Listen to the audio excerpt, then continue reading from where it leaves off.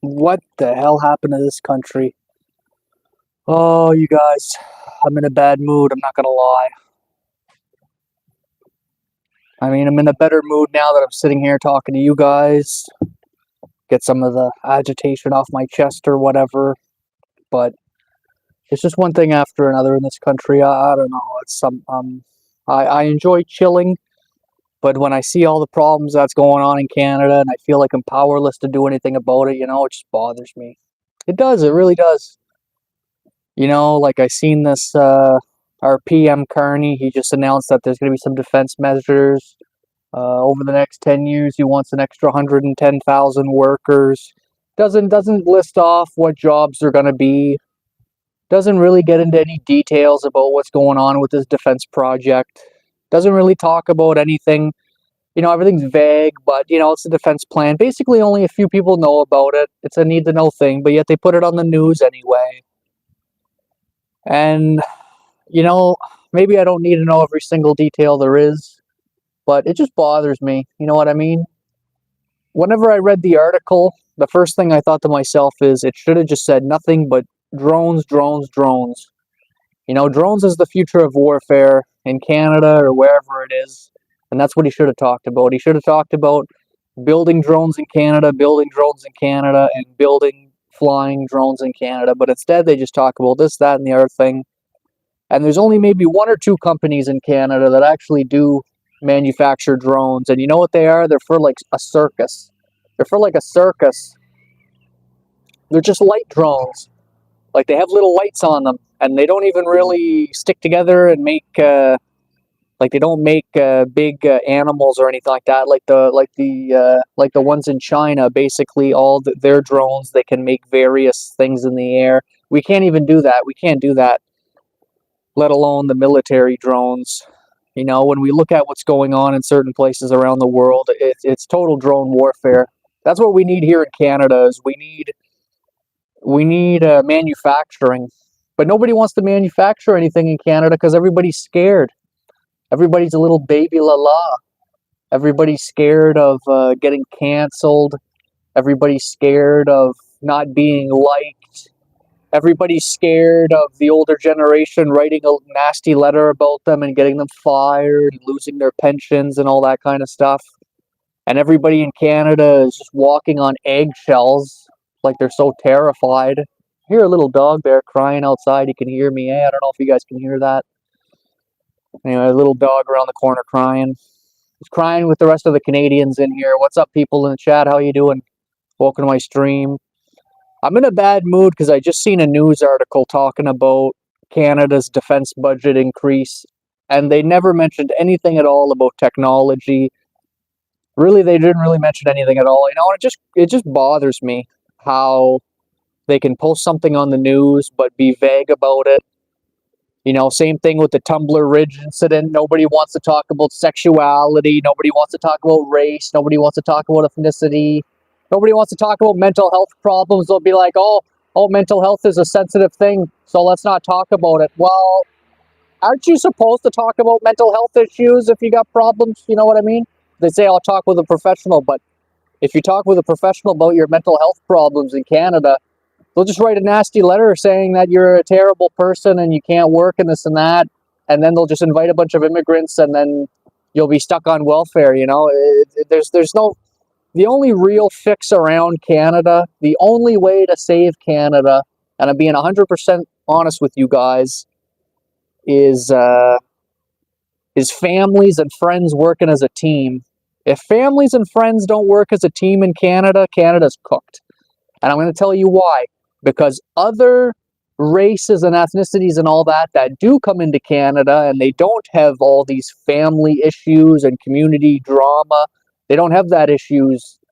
Well, they have it like in their provinces or in their places, but when they come here, they don't have that because they're an immigrant. Like, that's the advantage of being an immigrant, is you have anonymity, you don't know anyone, and you have to be very close-knit with your culture and with your people and all that stuff. When you're in a new country, you have to be on your best behavior, and that's an advantage that immigrants have. And a lot of people don't realize that. Like, not only do they get, and I'm not bashing immigrants or whatever, but what I'm trying to say is that while white people and Scottish people and Irish people are calling each other sexist and calling each other homophobes and calling each other anti-trans and anti-feminist and all that. All these other cultures, they don't have that issue. They don't have that issue. You know, they don't have that issue in China. They don't have that issue in Russia. They don't freak out about being pro-trans or whatever, or anti-trans or whatever. I got lots. I got 4 or 5 friends that's trans or whatever. Nobody talks about it. You just sit around and you just talk about coffee and stuff.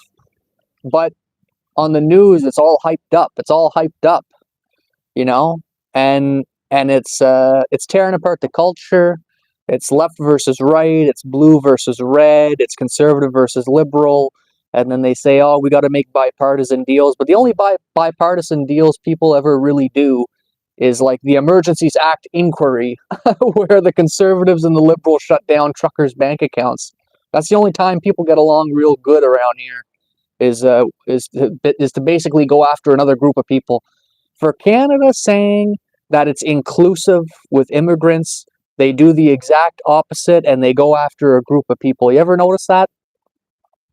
If trans people go on strike, they go after the people that's not trans. You know, if people are against immigrants or something like that coming into a country and taking advantage of the cultural identity, well, then they go after the people that's been there for hundreds of years or something like that. You know, it's always like ass backwards.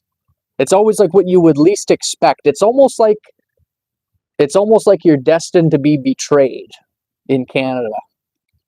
You're destined to be betrayed by those who you trusted the most. The people who you trust, that's what betrayal is. Like Xing Tsung over in China is not the guy who's going to betray you, because you don't even really know him, first of all. And second of all, you kind of expect it anyway, because he's just a foreign adversary guy from far away. But a real betrayal, a true betrayal, comes from someone that, you know, you trusted the most, right? Or that you thought you could turn your back to, and that, you know, you thought that you could rely on that person. But meanwhile, they were basically planning from the very beginning to screw you over, you know, and take your stuff. And that's a survival strategy. People don't realize that. People don't want to talk about that stuff.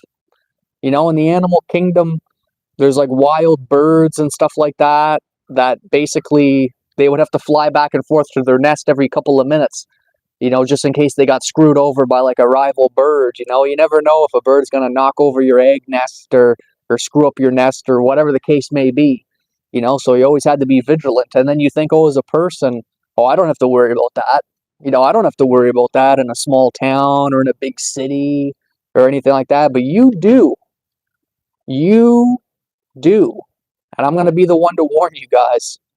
And I'm going to tell you another thing too. It's usually other cultures that actually, it's good to work with other cultures as a team, because a lot of people don't realize this. But when you're working at a company, let's say with 50 people, and you got like all this diversity, the diversity is a strength. The diversity is a good thing.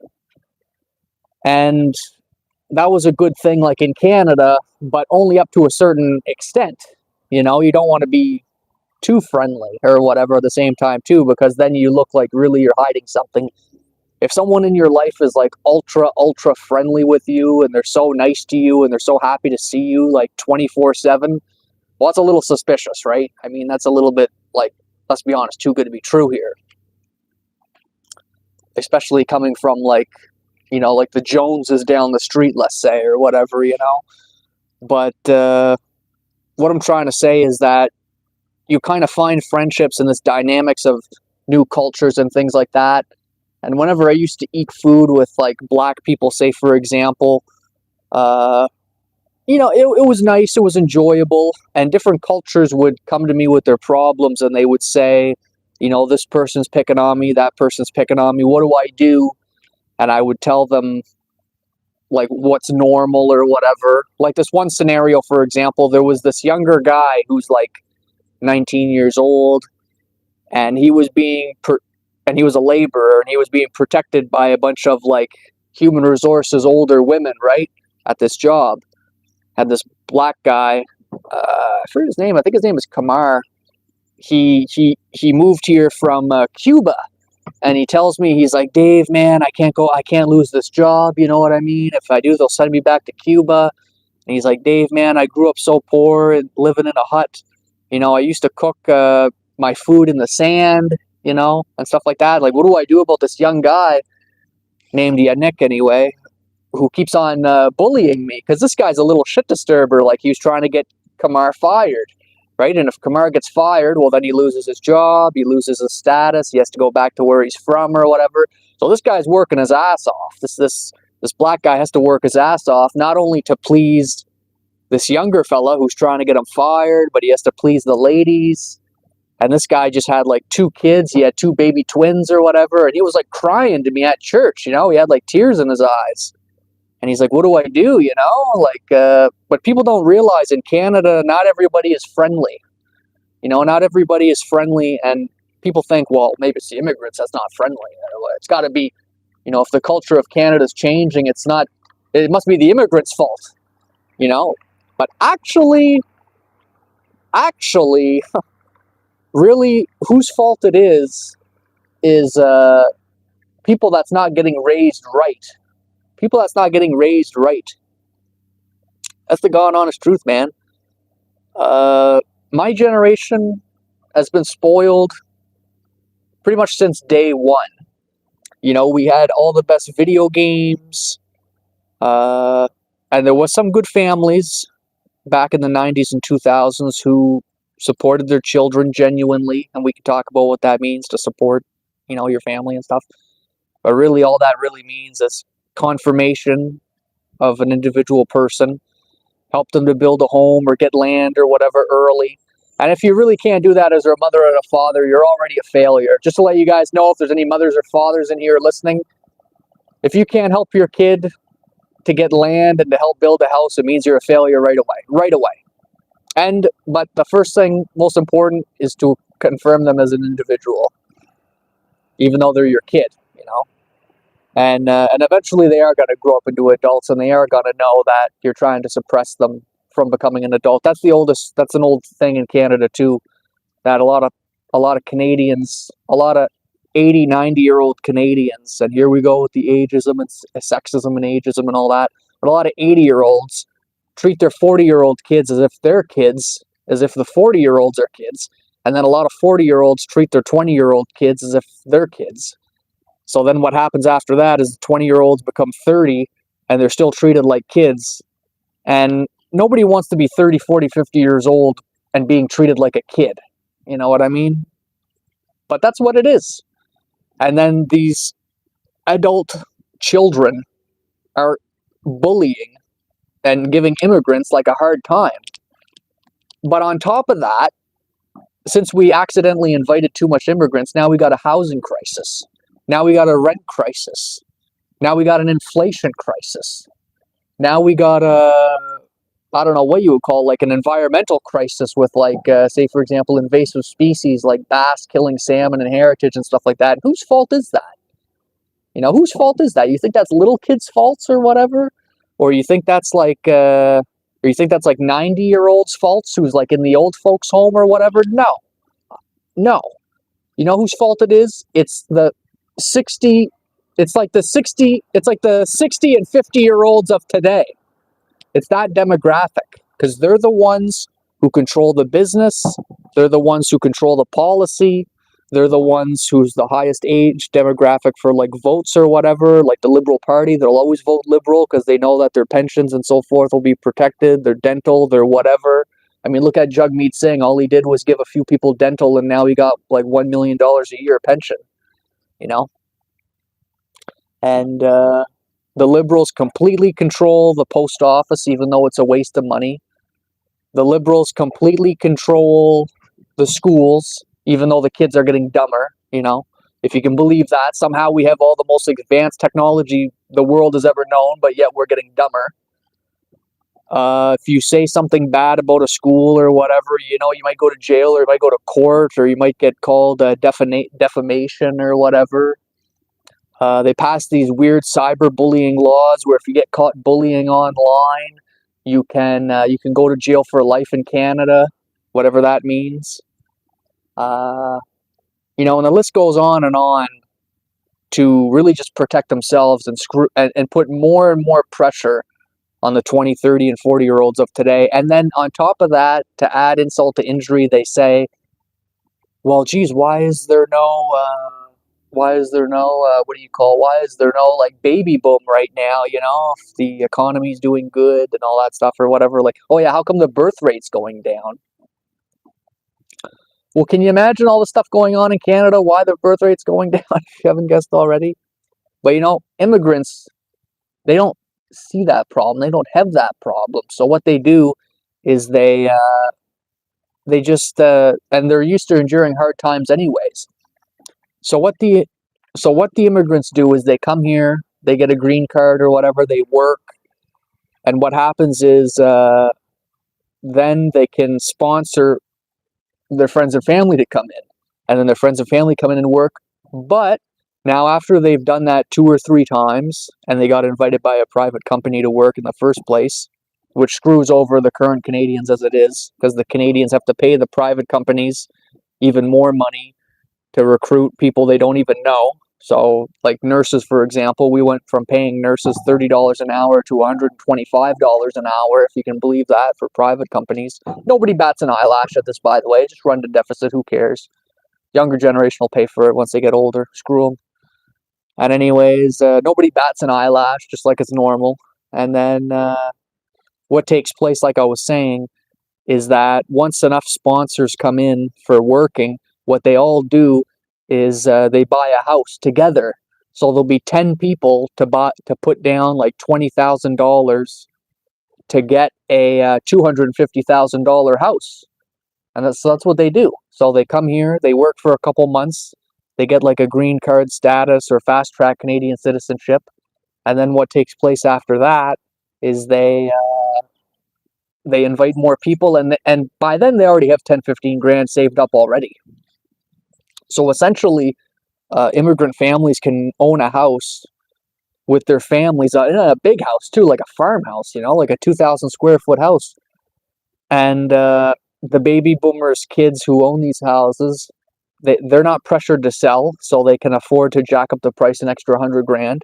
Immigrants can afford to pay for these houses because they just invite more immigrants to split the difference. And then what happens is some of the families that have been here for 100 or 200 years, they don't. There's an inflated housing market, and a single family maybe making minimum wage. They only make $40,000 a year, so they can't really afford a $300,000 house. So they're screwed. So they're renters for life right away, and that means they got screwed over by the older generation, and they got no cards to play. There's nothing they can do. So like, how do you overcome this? How do you overcome something like that? How do you overcome a challenge like that? So really, it's either A, rent for life and be poor for life and watch technology advance and everybody continue on without you, and or you just do a brain drain of the country and leave.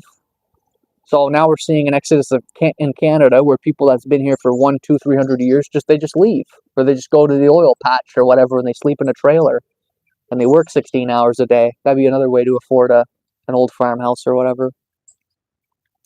So that's where we are in Canada right now. And if the brain drain leaves, well, then that means that just really the a-holes take over, like in terms of politics and stuff. So that, being a politician is not exactly physical there. It's not like you're digging ditches all day. We got any comments or anything here? Not really, eh? All right. So what I was going to say is what takes place after that is just the people left. It's a brain drain. They took the money with them. They start new lives in the States. Yeah, the identity of Canada's changed. No, people don't know if they're coming or going or who or what. They just showed up. And that's why I'm pissed. It's very frustrating. It was a strange turn of events where certain people knew exactly what they were doing. Behind closed doors, they knew exactly what they were doing. And the powerful people made these choices behind closed doors. Thank you, Darren. Thank you. Yeah, I see. I paused talking for like 5 seconds, and like half the people in here left. Yeah, so I've been studying this stuff for a while, particularly these people who were making executive decisions was obviously some of the smarter cohort who just basically said, well, so long as I get my paycheck, it's okay, you know? And these people obviously are doctors, lawyers, businessmen, high up people, you know? They were making the executive decisions, you know? Uh, Keep in mind, too, guys, federal workers don't have to change. If you're a high level federal worker, you really don't have to do anything. You're not responsible for anything if you're a high level federal worker. Just don't say anything bad about the people above you, and you're all good. You know, you're just a figurehead if you're a federal worker. Like if you're like the mailman leader in a small city like Montreal or something like that, or like if you're like the top 5 leaders of mail in the city, you don't really do anything. You know, you just make 180 grand a year or whatever. But you don't actually do anything. You're not a letter carrier. You're not running around delivering letters. And yes, even though Canada spends like $1 billion too much on the post office, well, the government doesn't have to feel pressure to save money. It's not like the post office is a business. It's taxpayers that pay for the post office, right? So unless people are going on strike about spending too much money at the post office, the federal workers, they don't care. You know, so long as they get their paycheck, they don't care. You know, at the end of the week or whatever, Thursday after midnight, their paycheck deposits, and it's almost like 5 grand clear, and they just don't say anything and see how long they can get away with it for. They don't care. You know, and they'll say, well, Amazon orders can just be delivered with Purolator or whatever, third-party people, which is also, by the way, largely operated by immigrants. So even though Canada people, the Canadian taxpayer, pays the post office, which is like a federal entity, which is still protected by a union, which is still even more money, they say that they can't keep up with the mail, so they have to give it to a third-party contractor. And even though the third-party contractor is quicker and cheaper, well, why don't we just go with them? Well, we need to keep them around because they're federal. Yeah, so who cares? So what? Get rid of them.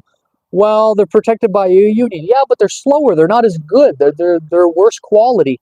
Well, since it's not technically a business, and since it's not technically capitalism, and since it's technically a government identity entity, we don't have to shut them down. We can just keep paying them and shrug our shoulders and say, oh, well, who cares, you know? And so long as the up-ups don't call out the negativity, what's going on, if they did, they'd lose their job. So they don't want to say anything. You know, they make 180 grand a year or whatever, so they're not going to say anything. It's the same thing at the hospitals. High-level doctors and that, they're not going to say anything. The administration would fire them right away. You think the union's going to protect you? You think the union's going to protect you in Canada? Canada? Are you kidding me? Ask the nurses in 2019, whenever all the nurses lost their jobs, and they said that Quebec at Francois Legault there, they said Francois Legault should run for prime minister, and what happened was a lot of nurses wound up losing their jobs and replaced by immigrants, and they had to pay the immigrants private company. They had to pay $125 an hour, and some of these hospital leaders, they had the audacity to say, well, you know, our own people don't want to work. We can't find enough people, so we have no choice, eh? We have no choice. We have no choice but to find these people from away. We have no choice but to get these private workers to come in. But it's not like it's their money. It's not like it's the politicians' dollar. It's not like capitalism that it comes from them, like, oh, it sucks for them, you know, they lost money. They don't care. They just sign on the dotted line, and the taxpayer pays for it. And if they can't pay for it, they just roll the deficit, and the kids pay for it. Screw it. They'll figure it out in 20 years or 5, 10 years. Let's not think about it now. They'll pay the burden down the road. You know, Canada can't even pay its defense spending towards NATO. It took getting called out by certain countries or whatever. We couldn't even afford to remain in certain groups to protect all around the world, but yet we give away like $200 million to Haiti for no reason. How does that make sense? 709 says, how am I? I'm doing good, 709. Welcome back. Welcome back.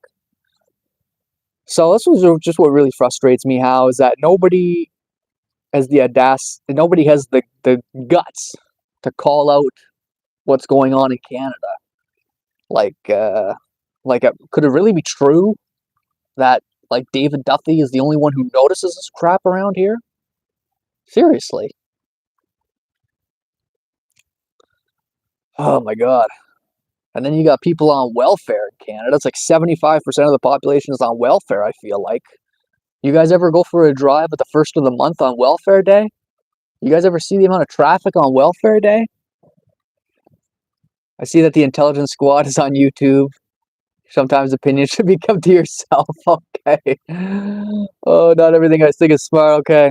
Well, what makes you say the intelligence union is here now? What intelligence? What intelligence? Oh my God. Well, the way I see it, you can either say nothing and die a weakling, like the weakling you are who never said anything, or you could at least, or you could still die and say something.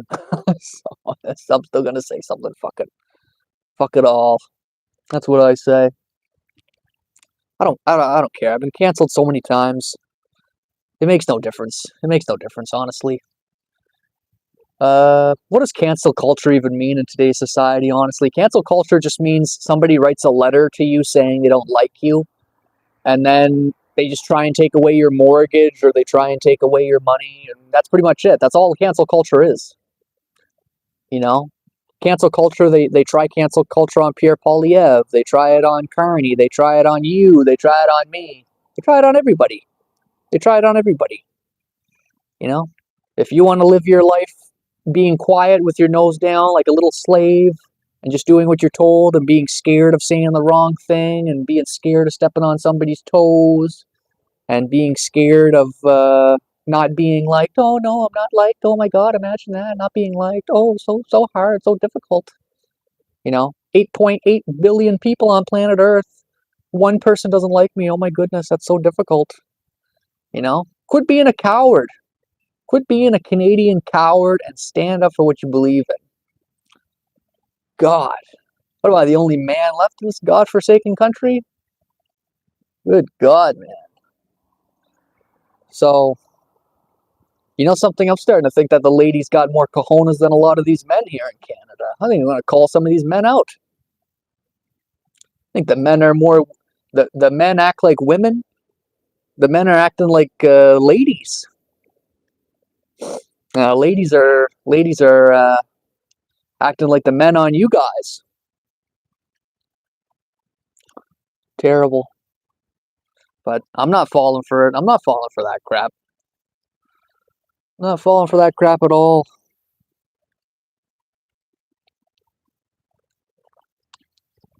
Don't forget too, as a man, you can work hard in the fields and everything like that and doing manly hard work, let's say, or whatever, but you got to be careful. When you put your head down and you work hard, you might think your fellow brother next to you is working just as hard as you are. You might think your competition is working as hard as you are or even harder, and that might give you anxiety. But another thing too is that you might be working real hard, and then you might stop and turn around and they say, oh, no, don't look at us, keep working. And then they whip you, and you keep working, like, oh, damn, I shouldn't have looked or something like that. And then you say, wait a minute, if I'm working hard and they're just standing there looking at me, and then you go back and look at them again and they say, oh, don't keep working, and they keep whipping you, eh? Like, if you don't stop if you keep looking at us, we're going to take away your mortgage, we're going to take away your money, we're going to write nasty letters about you, maybe contact social services or whatever, take away your kids or whatever, and you say, oh, damn, that's pretty scary. But then finally, eventually, if you do turn around and see them for what they really are,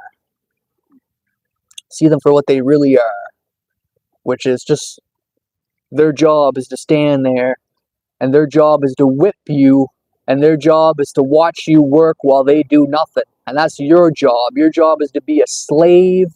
Your job is to work your butt off and never ever look at the foreman that's whipping you down. And he's going to do that until there's nothing left of you, and then he'll move on to the next schmuck, and the next schmuck after that. So if you want to be that coward and not say anything, that's on you. That's on you. And that's the real sign of a man, is to be brave enough to turn around and to stare and to look at that person, to see them for who they really are. Because they're spending all that money taxpayer money or whatever, they're laughing at you. They're having a go at you. They're laughing at you. So we gotta come together as men or whatever and figure out like what's going on in Canada. What's really going on in Canada? I don't mean what's maybe or not sure, hard to say, or like we really got to dig into the nitty gritty about what's going on. Oh, you guys with me? I think we're just on the cusp of it. I think so. I really think so. So I'm gonna keep doing these live streams, probing in a little bit more.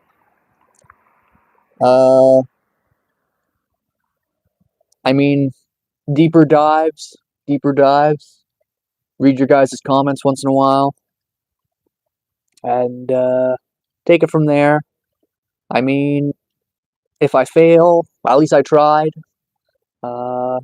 If it works out so-so, well then a couple more people is wiser, so all the better. And yeah, that's it. It's good enough for me. You know, that's good enough for me. Oh man, sore legs. I mean, there's got to be some of you guys that feel the same way. There's got to be at least one person in here who got canceled by somebody. There's got to be at least one person who got screwed over these last couple of years. But I know it's not something. It's not exactly a hot topic. It's not exactly something you want to talk about too. So it's true. A lot of people, they don't want to talk about that, you know. But yeah. But there is a chance. There is a chance for a reversal. There is a chance for a course correction. Canada's not totally lost. There is things that we can do. There is things that we can do. Way out of this mess is to share, communicate. Thank you. COVID showed up, pawns in the unfair game. Yeah. Yeah, well, that was definitely like a group. That was definitely like the elites kind of thinking, okay, well, what do we do now? You know, we accidentally something, you know, so it does make sense in a way that they had to work together to figure stuff out, you know. Luckily, it wasn't as bad as we thought it would be or whatever. Like in terms of, you know, you guys know what I mean. But still, it was a mental health test. It was a mental health exercise in a way. Like, okay, let's separate people from being 2 meters from each other. Let's make sure they're alone. Make sure they're in front of the screens. Make sure they watch the news, whatever. We'll say everything a certain way, and that's it. But after 5-6 years, people kind of got estranged. They got estranged about that. And what took place is, like basically 5-6 years later, now people are finally starting to communicate with each other again. When I go to the gym, like one of the commenters in here was talking about communication, yeah. Like, basically, I'm seeing more people start to talk to each other. I'm starting to see more like 20, 30, 40-year-old guys saying, man, I got to get a house. I'd like to get a house. But there's just no way I can afford a house like for the next couple of years, they say.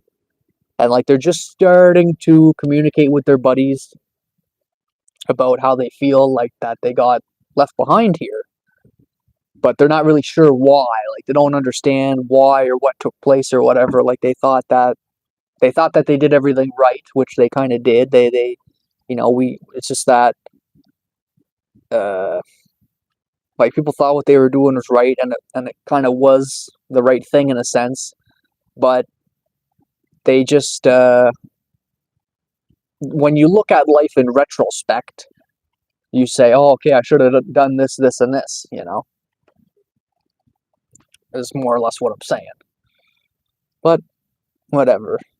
For the next 1 or 2 years, though, I think in the next 1 or 2 years there's going to be a big wake up call for men and women in North America.